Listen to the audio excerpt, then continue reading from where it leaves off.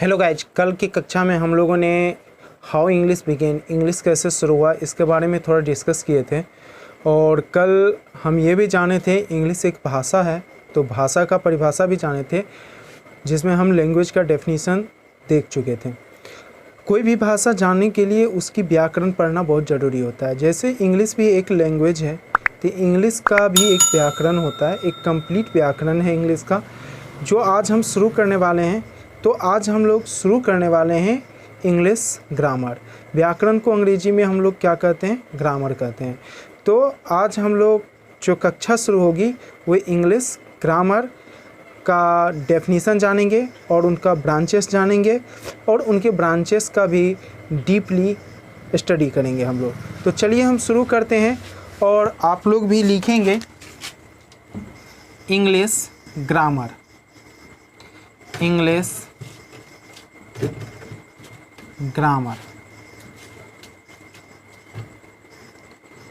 English grammar. Dear friends, English grammar का हिंदी होता है अंग्रेजी व्याकरण। तो अब हम लोग अंग्रेजी व्याकरण पर अध्ययन करेंगे। ओके, तो देखिए, first we know definition of English grammar. English grammar का परिभाषा क्या होता है वो हम जानने की कोशिश करते हैं। तो इसका डेफिनेशन होता है a set of rules which teaches us how to read, write and speak in English correctly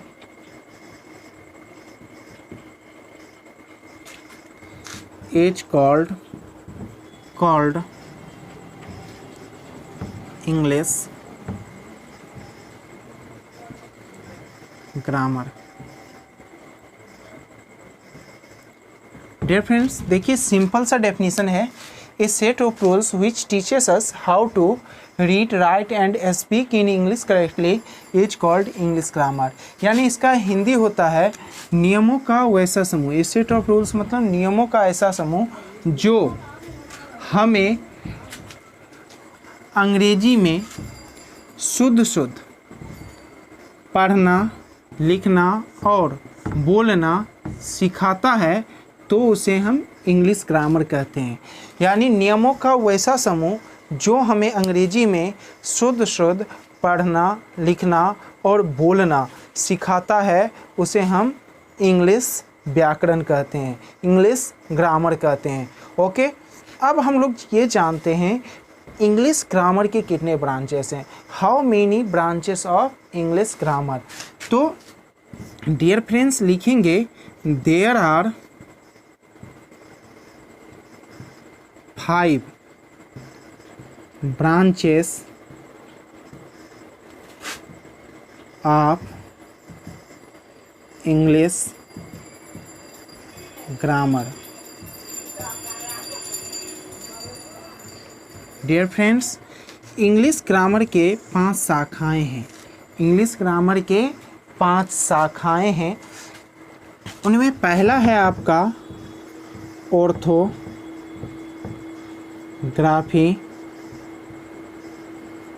दूसरा है आपका एटिमोलॉजी,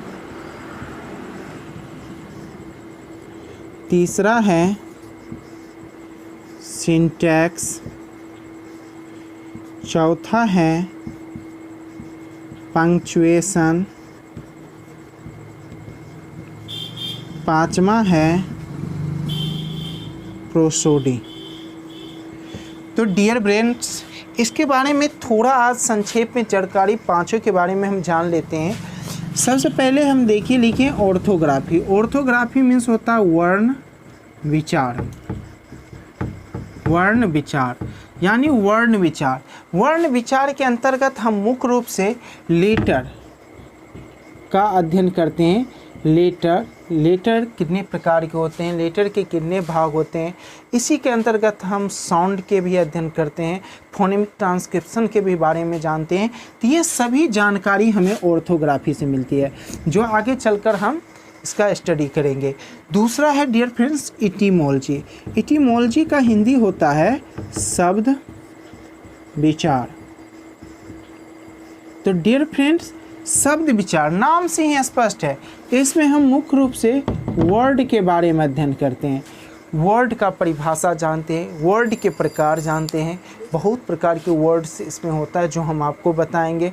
इसी के अंतर्गत थोड़ा सिनोनिम्स भी जानते हैं, एंटोनिम्स भी जानते हैं, जम्बल्ड लेटर जानेंगे, होमोनिम्स जानेंगे, पैरोनिम्स जानेंगे, स्पेलिंग रूल यानी हिज्जे का नियम, स्पेलिंग रूल भी इसी के अंतर्गत हम लोग पढ़ेंगे।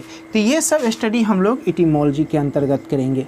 दूसरा है डियर फ्रेंड्स सिंटैक्स। सिंटैक्स का हिंदी होता है वाक्य विचार, वाक्य विचार। तो डियर फ्रेंड्स देखिए नाम से ही स्पष्ट है कि इसमें हम मुख्य रूप से सेंटेंस के बारे में अध्ययन करेंगे। इसी सेंटेंस के अंतर्गत हम क्लाउज के बारे में भी अध्ययन करेंगे, सेंटेंस बनाना सीखेंगे। एक स्पेशल ट्रिक भी आप लोग को सिंटैक्स के अंतर्गत बताएंगे, जिसके अंतर्गत आप लोग एक गिनती यानी 1 2 3 4 5 6 और 7 पर ट्रांसलेशन बनाना सीखेंगे। तो ये सब जो मुख्य बातें हैं ट्रांसलेशन बनाने का, हम वो सब सिंटैक्स पर स्टडी करेंगे और बेहतरीन ढंग से करेंगे, जिसमें आपको कहीं कोई दिक्कत नहीं होगी। चलिए डियर फ्रेंड्स अब उसके बाद है पंक्चुएशन। पंक्चुएशन मीन्स होता है चिन्ह विचार। तो डियर इसमें हम मुख्य रूप से साइन के बारे में अध्ययन करते हैं। साइन मतलब होता है चिन्ह, जिसके अंतर्गत हम full stop, sign of exclamation, sign of interrogation इत्यादि, डैश, हाइफन, ये सब के बारे में विस्तृत जानकारी प्राप्त करेंगे। कहाँ हम कोमा का यूज करते हैं, कहाँ हम सेमी कॉलन का प्रयोग करते हैं, कहाँ हम कॉलन का यूज करेंगे, ये सभी बातें हम डिस्कस करेंगे किस में, पंक्चुएशन के अंतर्गत, जो आगे चलकर पढ़ेंगे। और लास्ट है 5वां है प्रोसोडी। प्रोसोडी मीन्स होता है डियर फ्रेंड्स छंद विचार। छंद विचार, छंद विचार में मुख्य रूप से हम लिटरेचर यानी साहित्य के बारे में अध्ययन करते हैं। साहित्य, इसके अंतर्गत हम प्रोज, पोएट्री, ड्रामा, इन सभी के बारे में डिस्कस करेंगे। और इसी के अंतर्गत मैं सभी का जनक भी बताऊंगा, ठीक है। और आपको बृहद रूप से ये पांचों को मैं पढ़ाऊंगा एक एक करके। सभी में बहुत टाइम लगते हैं, सभी को अच्छे ढंग से मैं पढ़ाने की कोशिश करूंगा। और ये क्लास कल हम लोग मुख्य रूप से अध्ययन करेंगे ऑर्थोग्राफी। ऑर्थोग्राफी काफ़ी महत्वपूर्ण टॉपिक है, तो कल का क्लास मिस मत करिएगा। और आज आपको बताना है कि आज की क्लास, आज की जो जानकारी हमें आपको दिए कैसा लगा, कमेंट में अवश्य करिए। पिछले वीडियो का आपका जो रिप्लाई था बहुत अच्छा लगा। आप लोग बहुत मेहनत करके देखते हैं और थोड़ा और मेहनत करके सभी डेफिनेशन और याद कर लेंगे तो कहीं कोई दिक्कत नहीं होगी। तो चलिए आज की क्लास नहीं तक, फिर कल मिलते हैं नए टॉपिक ऑर्थोग्राफी के साथ। तब तक के लिए आप लोग मज़े में रहिए, बढ़िया से पढ़िए और कठिन मेहनत करके अपने लक्ष्य को हासिल करिए। Thank you, see you tomorrow, bye.